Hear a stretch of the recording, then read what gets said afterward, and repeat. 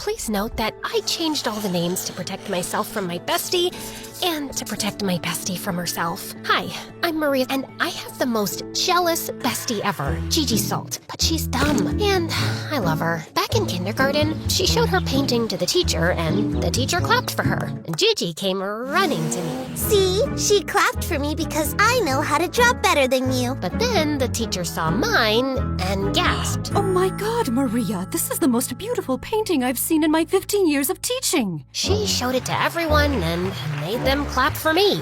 Gigi went pale and actually yelled at the teacher. It's not that special. What? Are you kidding me? And then she ran off to show other teachers, and even the principal, my drawing. They patted my head, and one of them gave me $5. On the way home, I bought Gigi a vanilla ice cream, her favorite, because she was so annoyed. I was trying to make her feel better. Thanks. Your drawing was just a tree and a house. Why did they lose their mind over it? Oh, yours was pretty too. Don't lie. And now you're just rubbing it in my face.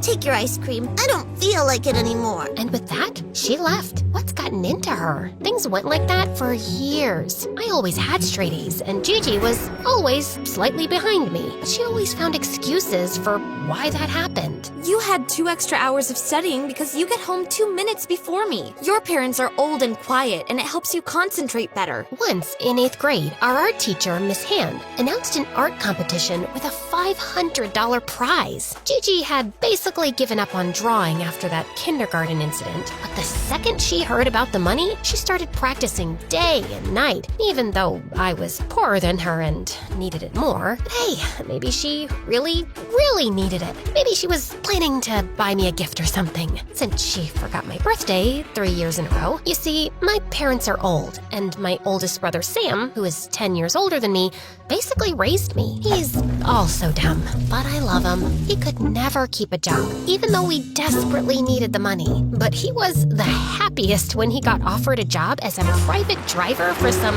important businessman.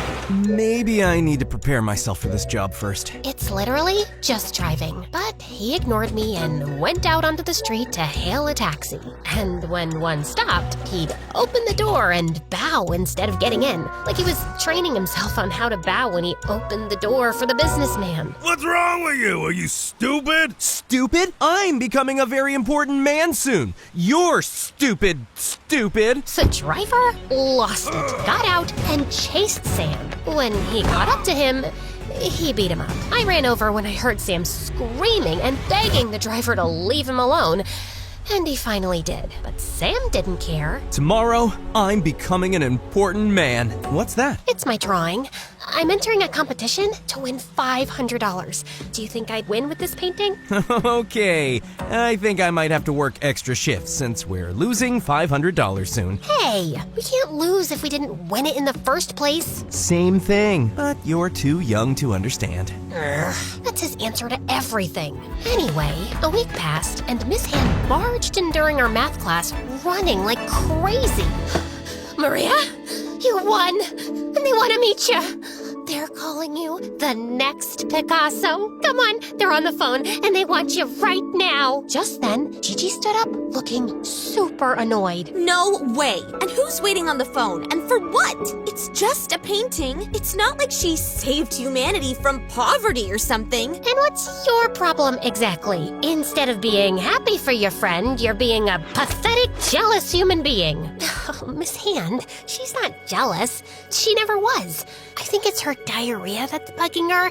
She's gone like 15 times, and it's still the afternoon. I was being completely serious and sincere, but everyone burst out laughing, even the teachers. Gigi turned red like a tomato. Miss Hand wiped her laughing tears and said, "Oh, Maria, honey, you're such an angel. Always seeing the good in people. Now come on, let's go. They're waiting to talk to you." The prize people offered me a free summer painting camp. I loved the idea, but I hesitated, especially since my parents needed help when Sam was busy. So, with the $500, I brought my parents some new, comfortable bedding, and I bought Sam a new suit so he could look fancy for the important businessman. And for me? I only have $67 left. I saw a red dress on Shein, and I thought I could buy it for our graduation party. A dress. Red, Shein, party, those don't go with you. Like, at all. Your color is black, mine is red. And you know that. It makes my amber eyes pop. Aren't your eyes brown? My eyes are amber. Especially in the sun on a cloudy day. Just say you don't want to buy me the dress, Maria. Of course I will.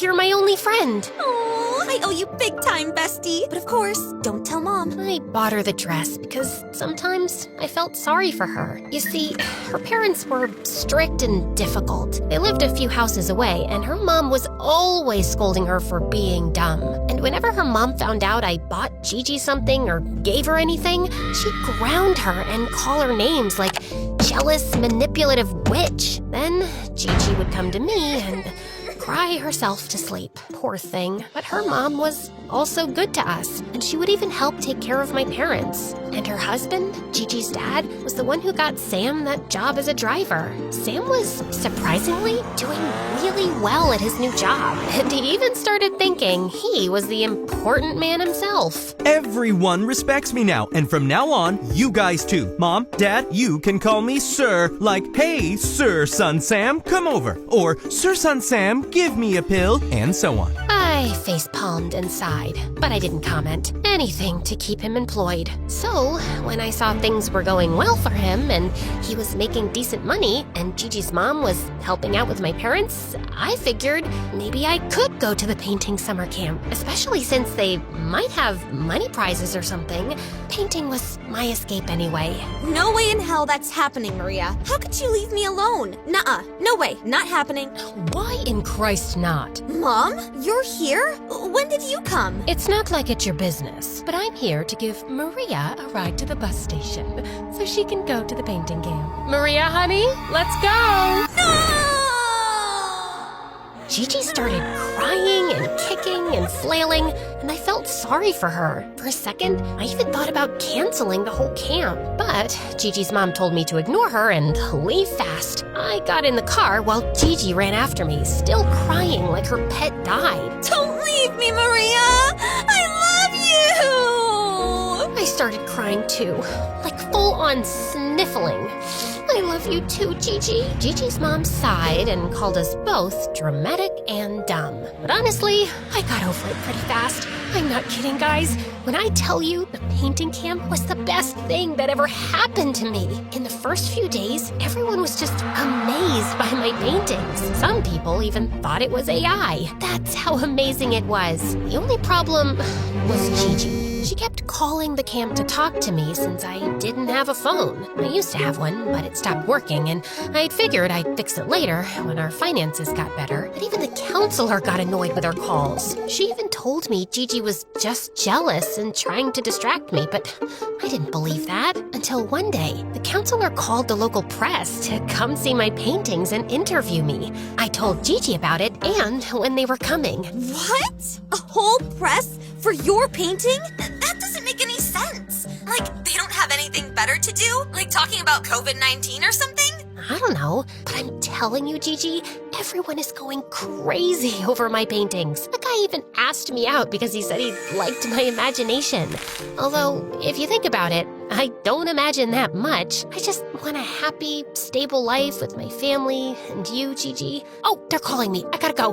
Bye. Love ya. So on the day the press came, Gigi called like 17 times. The counselor tried to ignore her as much as she could, but Gigi wouldn't stop. She kept saying it was an emergency. So the counselor finally told me like 2 seconds before the interview. You have to come now. We took your mom to the hospital. We tried Sam, but he's out of state right now. I was too stunned to speak, and the counselor heard what Gigi had said and snatched the phone from me. You're lying, just so you can make Maria leave. I swear on my grandma's grave. Here, talk to my mom. She can confirm. And her mom did confirm. I started crying right there, and the counselor helped me pack fast. She even drove me to the hospital herself. When I arrived, Gigi came running to me, hugging me and kissing my cheeks and forehead like crazy. I got her saliva all over my face. Ugh, God, stop it, idiot. Is Mom okay? Yes, honey. She's all right. She just hurt her foot getting out of bed. No biggie. Oh, thank God. But then why did you guys make me leave the camp and miss the interview? You missed an interview? Oh, no. Yes, I confirmed your mom was in the hospital, but I didn't mean it was an emergency or that you should drop everything and come. Gigi, I'm gonna kill you! But Mom, I missed her so much. And then she ran off while her mom chased after her. I didn't go back to finish the camp. I just lost interest, especially after I saw Mom and Dad. They looked kind of tired, and I figured I'd stay with them for the rest of summer vacation. But things with Sam started taking a wild turn. He began believing he was even more important than the important businessman himself. He stopped opening the door for him, and whenever the man called him by his first name, Sam wouldn't answer. He wanted him to call him Mr. Springer, which was insane if you ask me. So, after 2 months of working, which was the longest he'd ever kept a job, the businessman fired him. He came home crying and confused. How could he? I mean, he's only rich because his father was rich. If he was born into this family, he would have turned out a poor, dumb junkie. Life isn't fair at all. Well, you'll never know. If you plan your whole life on what ifs, you're just gonna keep living in, unrealistic possibilities and illusions. And trust me, it's nice to have an imagination. And they told me I have one, but I wouldn't just imagine and poof, I'm suddenly a famous, rich painter. So sometimes being humble is best, especially when, What are you even talking about? What she's trying to say is that you're stupid. No, wait, Gigi. Sam just sighed and threw himself on the couch. He didn't do anything for days. He just laid there barking orders at me. Give me the remote. Scratch my toes. Cook me some hash browns. We're out. I couldn't take it anymore. So I searched his pockets, found the businessman's card, and called him. I begged, I cried, and eventually the businessman felt sorry for me and agreed to hire Sam again. Sam was ecstatic. He jumped so high his head almost hit the ceiling fan. With Sam back to work and summer vacation ending, I was so excited to start high school. On our first day of 9th grade, everything was new and kind of intimidating. But Gigi was acting like some big celebrity, winking at guys and batting her eyelashes at others. Some girls gave her weird looks and snickered. See? They're already jealous of me. My beauty is so unique. Just then, someone bumped into us. We turned around, and Gigi was ready to give him a piece of her mind, but she stopped immediately when we saw the hottest guy alive. And I mean it, guys. So hot, butter could melt right in his hand. I'm so sorry. I'm new to America. My name is Matias, and I'm from Peru. Gigi gulped like she was trying to pull herself together, but her mouth opened before her brain could stop it. Peru. Peru.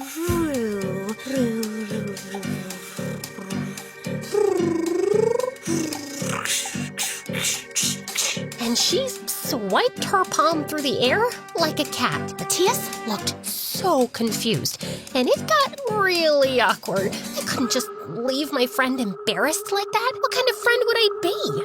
So I joined her and swiped my palm too. Nice to meet you, Peru.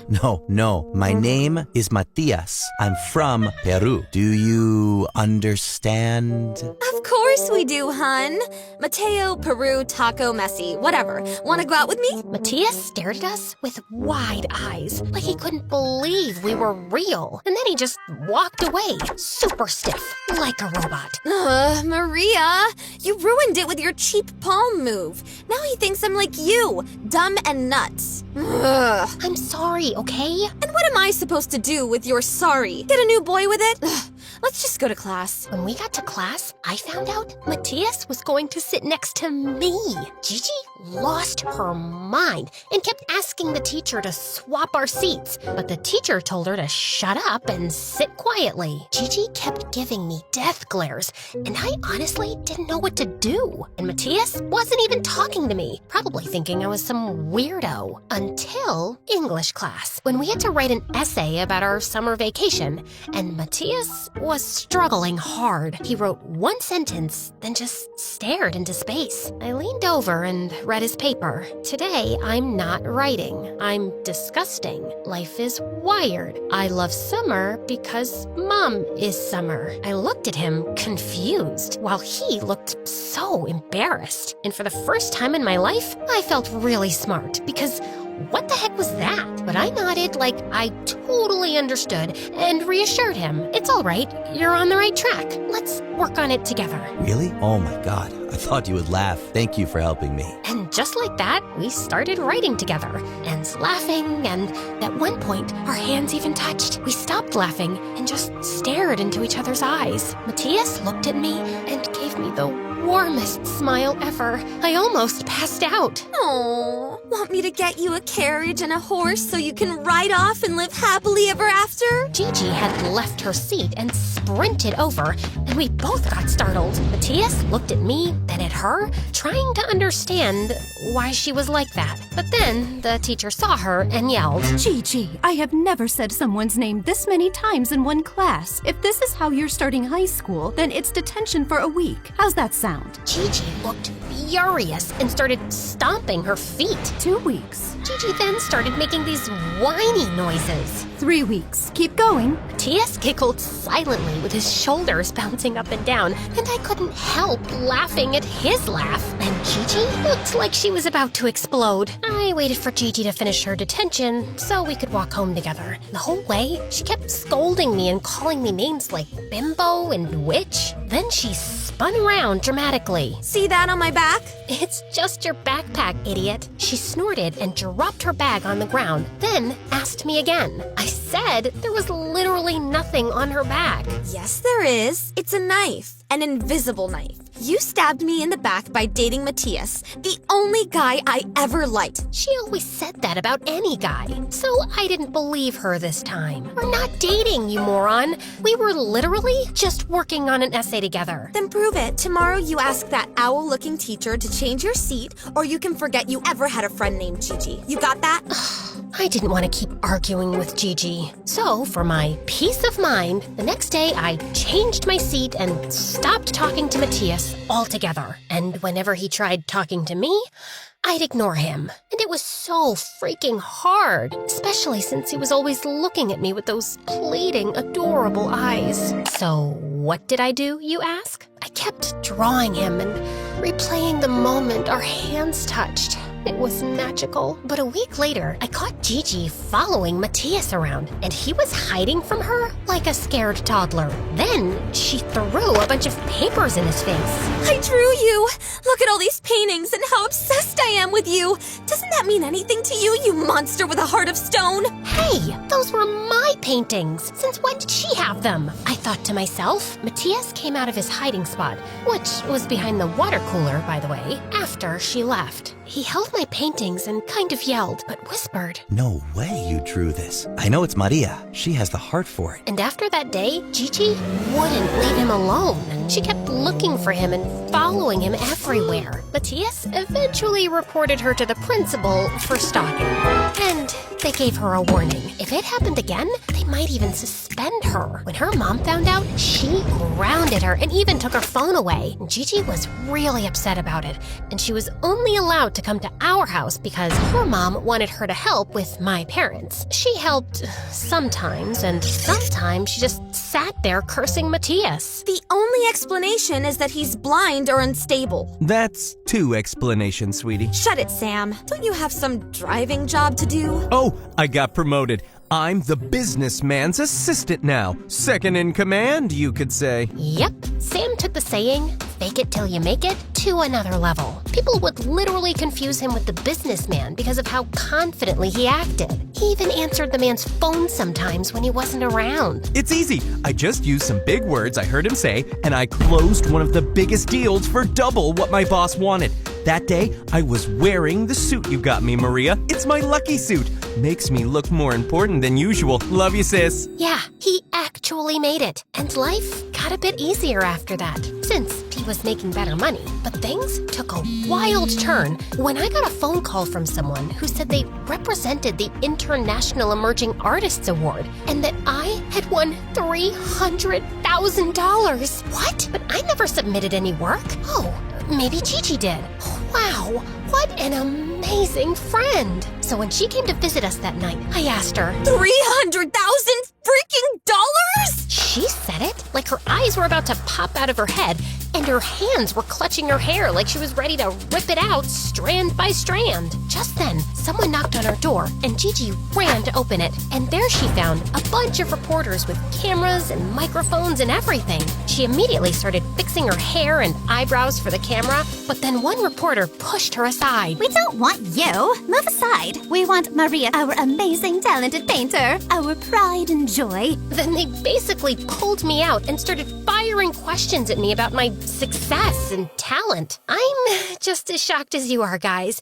I don't know who submitted my work or how I won this much money. But then someone showed up from behind the crowd and said, in that warm, smooth voice, I did, Maria. I sent that drawing of us touching hands because it was the best thing you ever made. It felt real. And I think you're the most amazing, beautiful girl ever with the kindest, purest heart in the world. Would you give me the honor of being my girlfriend? everyone oohed and awed, and all the cameras were filming this moment. Live, by the way. I opened my mouth to answer, but Gigi beat me to it. Stealing someone else's work and sending it left and right is illegal, by the way. That's defamation. Everyone looked at her like she had horns. Then they started slowly looking at each other. I don't think that's defamation, young lady. Are you all right? She seems crazy to me. Ignore her, everyone. Now, please, Maria, answer the young gentleman.